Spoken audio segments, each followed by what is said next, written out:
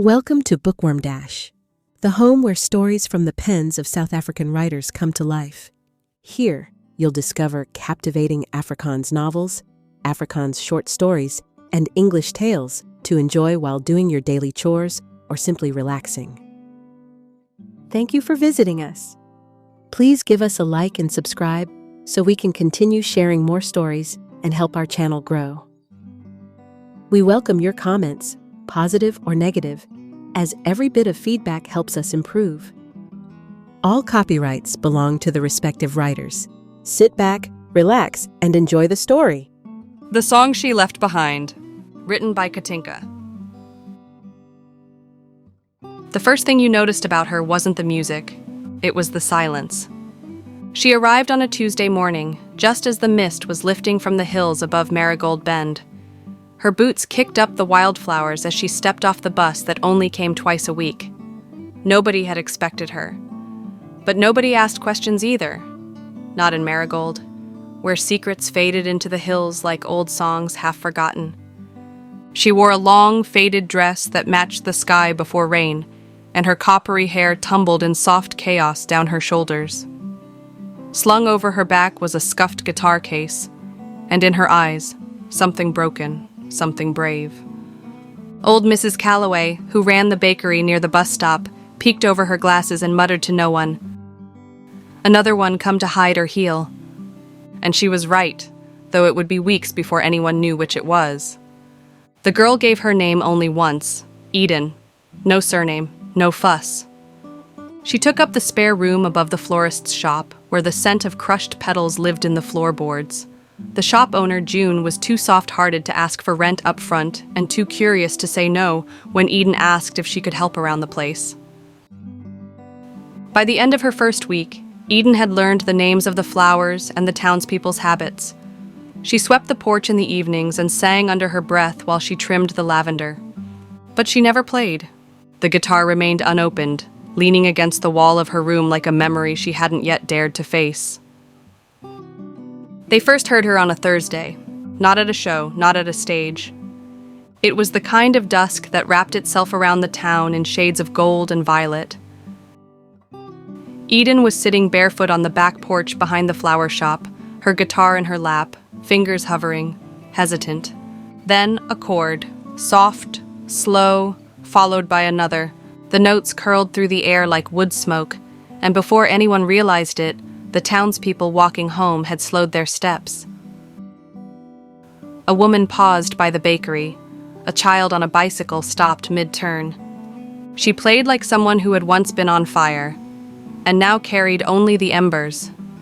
The song was unfamiliar, but the feeling wasn't. It made people ache without knowing why. By the time she finished, no one clapped. It would have felt wrong, like clapping in church. But the next morning, a daisy chain had been left on the porch.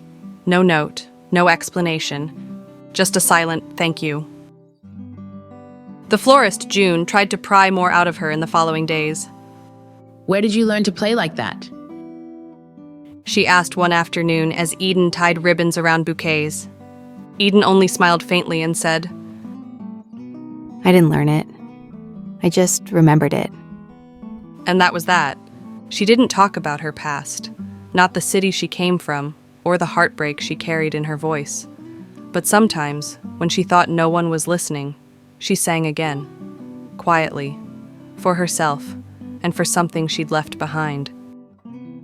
It was a young teenager named Eli who finally asked the question no one else dared. He was the local handyman's son, always covered in paint or oil, too young to care about small-town whispers.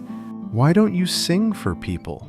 He asked her one morning while fixing the bell above the shop door. Eden looked at him, then at the sky. Because the last time I sang for people, She said slowly.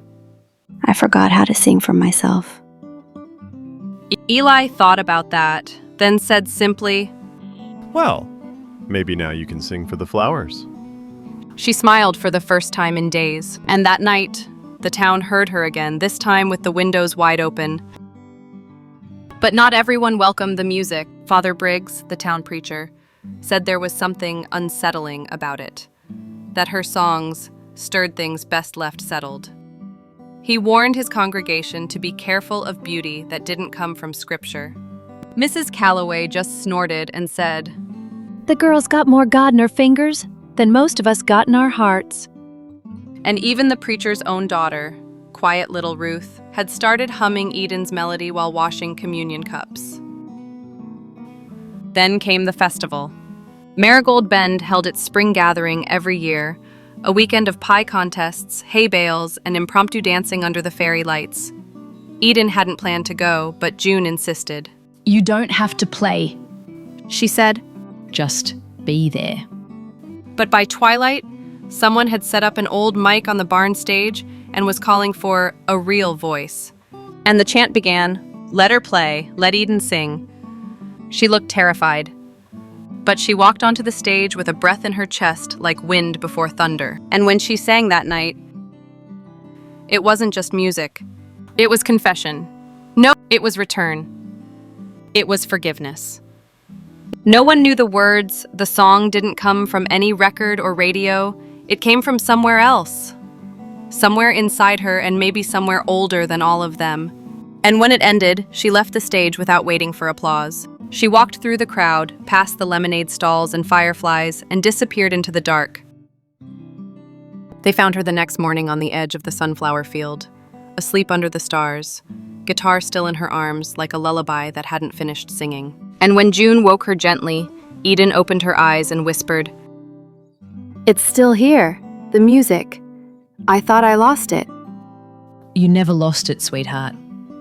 You just stopped listening. The days after the festival felt gentler. The whispers was still in the background, but Eden learned to ignore them when she walked through the market square. They smiled now, soft, knowing smiles, and greeted her like someone returning home after a long absence. She didn't say much, but she didn't flinch anymore either. She spent her mornings helping June arrange bouquets, her afternoons tending to the small garden behind the shop, and her evenings on the porch, guitar in her lap, fingers finding melodies like threads in fabric. She had thought the stage would break her and she will forget, but it didn't, and she didn't. June watched her closely, the way mothers would watch and to be ready when needed. One afternoon, as Eden watered the potted daisies, June handed her a folded scrap of paper. You got mail. She said. No return address. Just this. Eden took it with hesitant fingers. Her name, just Eden, was scrawled across the front in charcoal pencil. The writing was crooked, rushed. She waited until she was alone to open it. Inside were just 4 words. I heard you sing. No signature, no explanation. But her hands trembled. That night, she walked the back path past the edge of town toward the old orchard where wild apples grew. The air smelled like sun-warmed fruit and late summer dust. She didn't know why she went, only that something in her feet seemed to remember the way. She sat beneath the crooked apple tree, guitar across her lap, moonlight spilling through the branches, and she sang softly. Not to impress, not to perform, a song with no name, no clear melody, just truth wrapped in chords and silence, breaking through a long-lost memory. She didn't hear footsteps, but when she looked up, their eyes met. A man, maybe early 30s. Sad eyes, hat in his hands. He said nothing, just listened. When she finished, he nodded once and left. June found her on the porch the next morning, staring at her hands. You saw him, didn't you? She asked. Eden didn't respond. I knew he'd come eventually. Word travels, even when we don't speak it aloud. When did you know? Eden asked.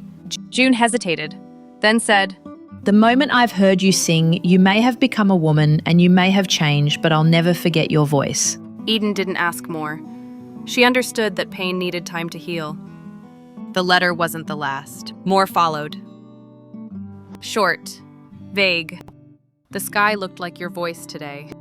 That one note, the one in the middle, it stayed with me. Do you dream of it still? They came without warning, always in plain envelopes, slipped under the flower shop door or left inside Eden's guitar case. She never saw when he left them, but she kept every single one. The town kept breathing, as towns do. The rhythm of life continued. Mrs. Calloway's blueberry pies, Eli fixing the broken shutters at the library, Father Briggs still frowning at the way Ruth hummed Eden's songs under her breath. And Eden? She began humming while she worked, singing while she swept the porch. She started teaching the florist's youngest niece a few chords on the guitar and played with Eli's scruffy dog when it wandered too close. She began to accept the forgiveness that was poured out to her. But the questions remained. Will he ever really forgive her? One evening, rain rolled in sudden and strong, hammering the tin roof like thunder in Morse code. The shop closed early. June made tea. Eden curled up with a blanket by the window. She pulled out the letters again, her small collection of unsent voices. And this time, one slipped free she didn't remember seeing before. Thicker paper, different ink, just 5 words. You left me behind, Eden. Her breath caught. Her name, not just written, but she can feel the blame. And suddenly, the silence she'd carried inside her wasn't peaceful anymore. It was a scream pressed between her ribs. That night, she dreamed of the wet road, the way the car slided, the yells of everyone in the car, the excitement of their first gig as a group, screams, glass that breaks. The 20-year-old young man who used to hold her hand and sang with her, who wrote harmonies like prayers and sang with his whole chest like he had nothing to lose. Luca. She hadn't said his name in almost 10 years. When she woke, she knew 2 things. 1, she was a coward. 2, he was still here. It was Eli who confirmed it. Yeah, He said casually one morning while tightening bolts on the porch railing. Luca stayed after his sister died in the accident. Never sang again. Eden froze. What does he do? Eli shrugged. Farm. Kinda became a hermit. Never had a girl after you neither. He always looked a little haunted, I guess. She didn't reply. By sunset, she was back at the orchard. Same tree and same old house. She didn't bring her guitar, just memories that brings a smile and a tear at the same time. Luca, leaning against the porch like he'd been waiting days instead of years. His hair was longer now. He looked more muscular. But the eyes, those stubborn, storm-colored eyes, hadn't changed. You stayed. She said. You came back. He answered. They stood in silence. Then Eden whispered, I didn't know how to stay. And I couldn't follow. They sat quietly under the tree as the light slipped away. Why did you came back to Marigold? He asked eventually. I didn't know I was coming here. Not really, I just kept moving until something felt familiar. She laughed once, dry, short. I didn't come on purpose. I had this longing inside me, She answered softer. but I needed to see.